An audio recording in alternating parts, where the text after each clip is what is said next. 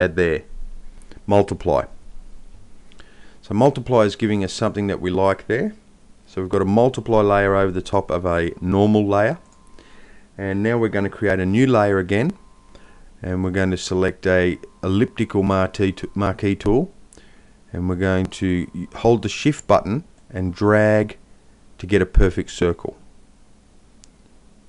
And we'll probably make it a bit smaller actually. We'll make it about that big, and then we'll drag that into the center.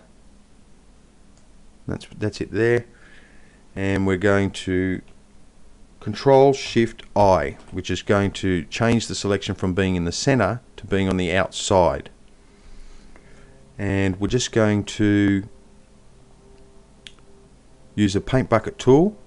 We'll swap the colors around so that we're using black, and we'll paint in the outside. Control D to get rid of the selection, and then we'll go Filter, Blur, Gaussian Blur, and this time we'll ramp it right up.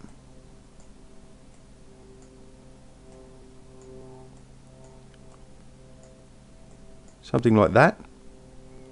We'll go OK.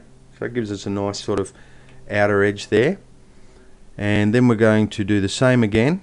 We'll highlight the normal, and we'll keep coming down until we get something that we like. I think an overlay is probably going to be overlay's not working. Soft light's probably the way to go, and then we'll just reduce the opacity a little bit, and that's probably going to do nicely.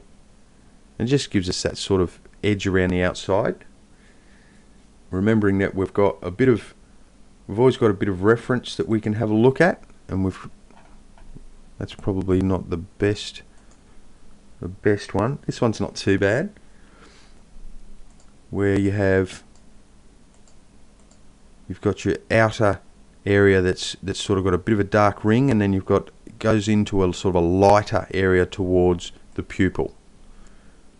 So we'll just use that circular marquee tool again on a new layer. So we'll create a new layer, and we'll drag out from somewhere up in here using the shift button.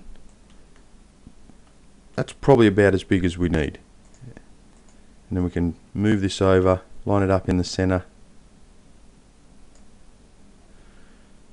and the color we need is white, and use the paint bucket on the new layer. Control D to get rid of the selection, and with that layer selected, we'll go Gaussian Blur again,